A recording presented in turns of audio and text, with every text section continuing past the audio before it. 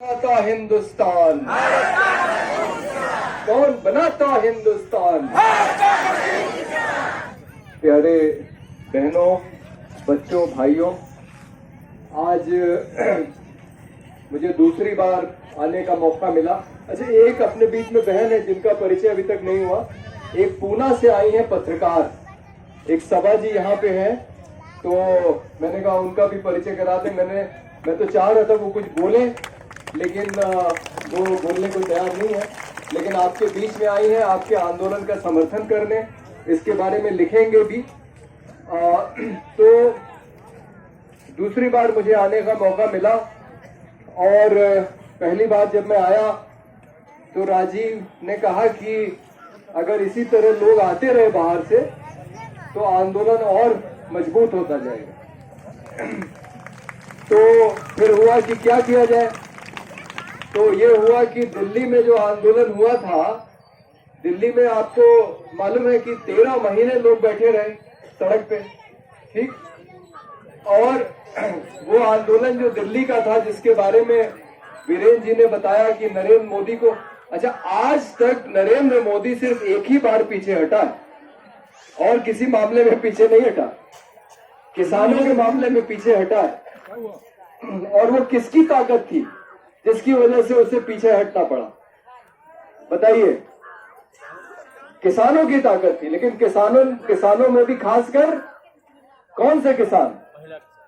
महिला किसान, बहुत अच्छी बात। और दूसरा, जो पंजाब और हरियाणा से लोग आए, पंजाब और हरियाणा के लोग और महिला जो वहां बड़ी संख्या में बैठी थी, इस वजह से दिल्ली का किसान आंदोलन सफल हुआ।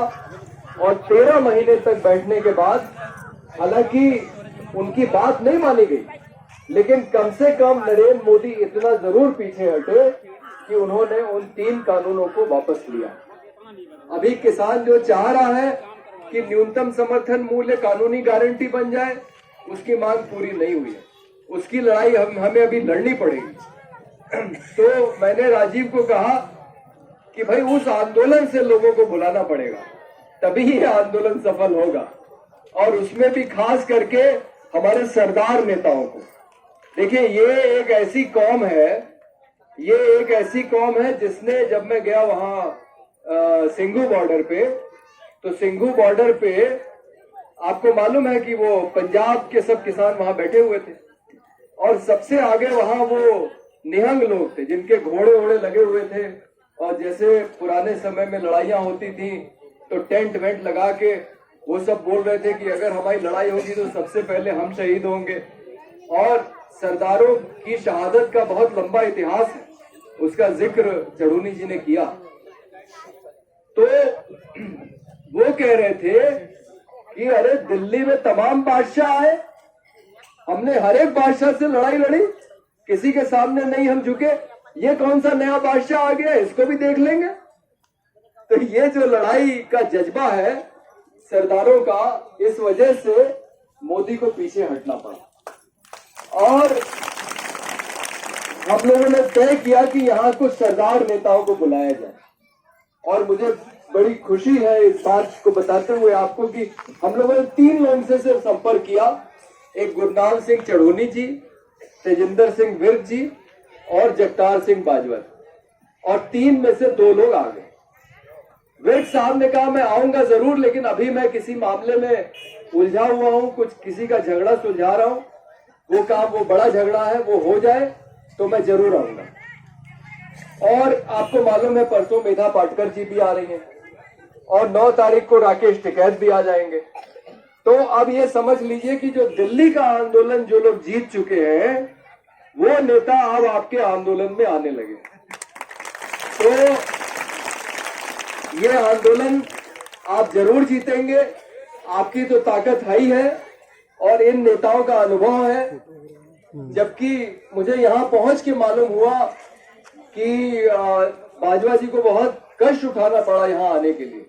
इन्होंने रेल का टिकट कराया, मेरे कहने पे मैंने कहा कि मैं रेलवे के मजदूर यूनियन के एक नेता है, उनसे कह के कंफर्म करा दूंगा, लेकिन उनकी बर्थ भी कंफर्म नहीं हुई। रात भर गाड़ी में बैठ के उन्होंने सफर किया मुरादाबाद से लखनऊ का, और लखनऊ वाली गाड़ी छूट गई जो लखनऊ से आजमगढ़ आती है कैफियत, तो फिर वो बेचारे बस से आए। और अभी जो शाम जिस गाड़ी से जाना था सरयू यमुना एक्सप्रेस, वो भी टिकट कंफर्म नहीं हुआ। तो आप सोचिए कि उत्तराखंड से वो गाड़ी में बैठ के बस में किसी तरह से यहाँ पहुंचे और अभी वापस की यात्रा भी उनकी ऐसे ही होने वाली है। तो हम आपका बहुत धन्यवाद देते हैं कि आपने इतना कष्ट उठाते हुए आप यहाँ पे आए हैं और आपने साथ दिया है। लेकिन जो दिल्ली के आंदोलन और खास करके सरदार नेताओं की जो ताकत वहां पे थी, और नेताओं की और जनता की भी, जो गांव-गांव से वहां पे आए हुए थे, पूरे परिवार आए हुए थे और लंगर चल रहे थे ताकि 24 घंटे लोग बैठे रहे। और पूरी वहां पे पूरा ऐसा इंतजाम था कि जनता ताकत के साथ वहां बैठी हुई थी। तो ये जो आंदोलन को सफल किया है इन लोगों ने, हमें उम्मीद है कि उनके आने से ये आंदोलन भी सफल होगा। दूसरी बात मैं ये कहना चाह रहा था कि आजकल बड़ा खबर में है कि इंग्लैंड का प्रधानमंत्री एक भारतीय बन गया। हाँ, जिन लोगों ने हमारे ऊपर राज किया, जिन गोरों ने, जो नारा लगाते हैं राजीव भाई, पहले लड़े थे गोरों से, जिन गोरों से हमने लड़ाई लड़ी, जिन्होंने हमको गुलाम बना के रखा, अब उस देश का प्रधानमंत्री एक भारतीय बन गया है। और इसकी बहुत चर्चा है कि भाई एक भारतीय आदमी वहां का प्रधानमंत्री बन गया और वो पंजाब का रहने वाला है। हालांकि उस पंजाब का है जो अब पाकिस्तान में चला गया है, और उसके कई पीढ़ी पहले लोग चले गए थे अफ्रीका, फिर अफ्रीका से इंग्लैंड गए और फिर आज उसको मौका मिला, वो एक गोरे देश का प्रधानमंत्री बन गया। लेकिन आपको मालूम है कि आजमगढ़ का एक आदमी बहुत पहले एक दूसरे देश का प्रधानमंत्री बन चुका है, वासुदेव। उसमें पांडे भी लगा, यादव भी लगा, क्योंकि मेरे ख्याल से उसके पिता की तरफ जो है वो पांडे है और माता की तरफ यादव है। तो एक पांडे यादव नाम का आदमी जो है ट्रिनिडाद टोबैगो नाम के देश का प्रधानमंत्री 1995 में बन चुका है। और खास बात यह है कि उसका परिवार मजदूर के रूप में यहां से गया था जब आजमगढ़ में कोई हवाई अड्डा नहीं था। ठीक, वो पता नहीं कैसे गया होगा, रेल का सफर किया होगा, पानी के जहाज में गया होगा, वो तो मजदूरी करने गया था ना, वो गया था मजदूरी करने उसका परिवार। और उस परिवार का एक सदस्य बाद की पीढ़ी में एक देश का प्रधानमंत्री बन जाता है 1995 में। ठीक, तो आजमगढ़ के लोगों ने ये दिखाया है कि वो न सिर्फ देश दुनिया में अलग अलग जगह जाके अपनी मेहनत से उन्होंने नाम कमाया है, बल्कि ऊंचे पदों तक पहुंचे। और वो अपनी उद्यमशीलता के कारण वो जाने जाते हैं। आजमगढ़ को पिछली बार जब मैं आया था तो पता लगा कि उत्तर प्रदेश का केरल कहा जाता है। तो यहाँ के लोग उद्यमशील है, वो उनकी ताकत है मेहनत, वो खेती से अपना जीवन चलाते हैं। और ये जो हमें चमक दमक दिखाई जा रही है, यहाँ एक हवाई अड्डा बन जाएगा और फिर यहाँ से लोग हवाई जहाज पकड़ के बाहर जा सकेंगे, ये जो लुभावना सपना है, ये आजमगढ़ के लोगों के लिए नहीं है। ये बात सबको मालूम है। ये पूरी तैयारी हो रही है, जैसे हमारे बाजवा जी ने कहा, ये अडानी के लिए तैयारी हो रही है, ताकि ये हवाई अड्डा भी बना के अडानी जी को दे दिया जाए। उसके साथ बहुत सारी जमीन उनको मिल जाएगी और फिर वो जमीन पे, जैसे वो बाकी जगह सब जगह उनको ठेके मिल रहे हैं, वहां से पैसा कमाएंगे। अभी तो दुनिया के दूसरे नंबर के अमीर आदमी बन गए हैं, अब तो बस पहले नंबर का बनना बाकी है। तो जनता की संपत्ति लूट लूट के ये अमीर बन रहे हैं। और जैसा चढ़ूनी जी ने कहा कि इतना कर्जा इन्होंने लिया हुआ है कि ये वापस नहीं कर सकते, ये वापस नहीं कर सकते। किसान तो फिर भी वापस कर देता है, जो छोटा आदमी है, गरीब आदमी है, मैंने देखा है कि बड़ी ईमानदारी से वो अपना पैसा वापस करता है। लेकिन ये पूंजीपति हैं जो देश का पैसा लेके भाग जाते हैं।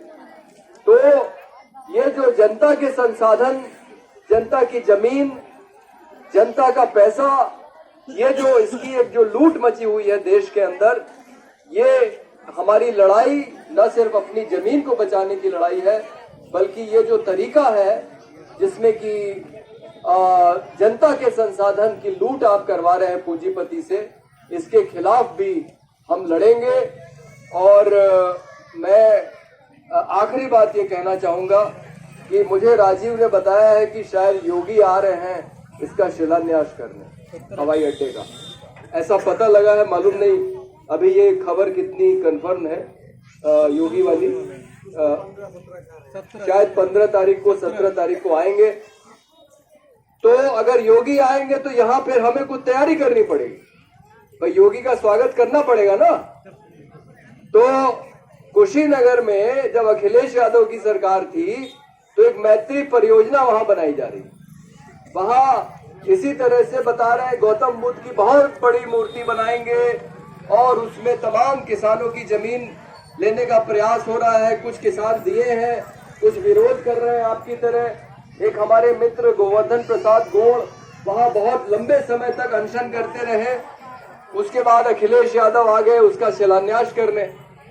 तो हमने ऐलान किया कि हम इनको काला झंडा दिखाएंगे। अगर अखिलेश यादव आएंगे कुशीनगर में मैत्री परियोजना का शिलान्यास करने तो इनको काला झंडा दिखाया जाएगा। और जो डीएम था कुशीनगर का, वो मुझको बोल रहा था, अपना जानने वाला था, बोल रहा था कि हम आपको लखनऊ में गिरफ्तार कर लेते, आप यहाँ मत आइए। हमने कहा अरे हमको पहुंचने तो दो वहां पे।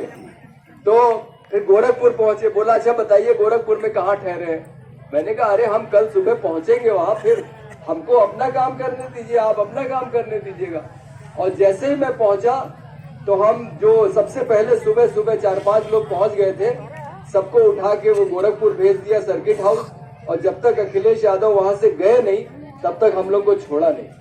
तो मेरा ये कहना है कि यहाँ का आंदोलन तो बहुत मजबूत है, वहां तो थोड़े लोग थे। यहाँ का आंदोलन बहुत मजबूत है। अगर आप तय कर लें कि जिस दिन योगी आ रहा है उस दिन उसको काला झंडा दिखाया जाएगा, और अगर प्रशासन हमें काला झंडा नहीं दिखाने देगा, अगर हमें वहां पहुंचने नहीं देगा, तो हम इसी जगह पे काला कपड़ा पहन के, किसका किसका कपड़ा उतारोगे तुम? सब औरतें काली साड़ी पहनेंगी और सब आदमी काला कमीज पैंट पहनेंगे, ठीक? तो हम काला कपड़ा पहन के, अगर हमको काला झंडा नहीं दिखाने दोगे तो हम काला कपड़ा पहन के तुम्हारा विरोध करेंगे। तो ये मेरा सुझाव है, आप इसको माने ना माने ये आप अपनी समिति में तय कर लीजिएगा। लेकिन मुझे लगता है कि अगर योगी यहाँ पे आ रहा है, आपको ये बता दें जरूर कि ये जो आए थे ना यहाँ चढ़ूनी साहब, चढ़ूनी जी ने जब तक किसान आंदोलन चला है तब तक हरियाणा के अंदर मुख्यमंत्री का हेलीकॉप्टर कहीं उतरने नहीं दिया। कहीं उन्होंने, मुख्यमंत्री आता था हेलीकॉप्टर वापस चला जाता था, क्योंकि किसान हेलीकॉप्टर वाले हेलीपैड पे कब्जा कर लेते थे। और वही घटना लखीमपुर खीरी में की गई थी, जहां पे कि आशीष मिश्रा ने किसानों के ऊपर गाड़ी चढ़ा दी थी। वहां भी यही था, केशव प्रसाद मौर्य का हेलीकॉप्टर आने वाला था और हमारे जो किसान ने, तो मेरे ख्याल से बाजवा जी भी थे उसमें, बाजवा जी भी उस आंदोलन में। इन्होंने कहा हम केशव प्रसाद मौर्य का हेलीकॉप्टर नहीं उतरने देंगे, और नहीं उतरने दिया।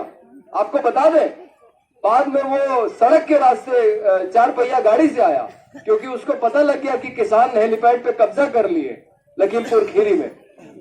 और तब उसके बेटे ने जाके, जब उसका बेटा चिढ़ गया कि मुख्यमंत्री, उप मुख्यमंत्री को हेलीकॉप्टर से आने नहीं दिया, तो किसानों पे जाके गाड़ी चढ़ा दिया और आज जेल में, आपको मालूम है। तो अगर आप तय कर ले कि मुख्यमंत्री यहां नहीं उतरने पाएगा, तो मुख्यमंत्री का हेलीकॉप्टर कैसे उतरेगा अगर सब लोग वहां पहुंच जाएंगे? और अगर उतना नहीं कर सकते तो काला झंडा तो जरूर दिखाना चाहिए, और काला झंडा भी ना दिखाने दे तो काला कपड़ा पहन के उसका विरोध कीजिए। बहुत बहुत धन्यवाद।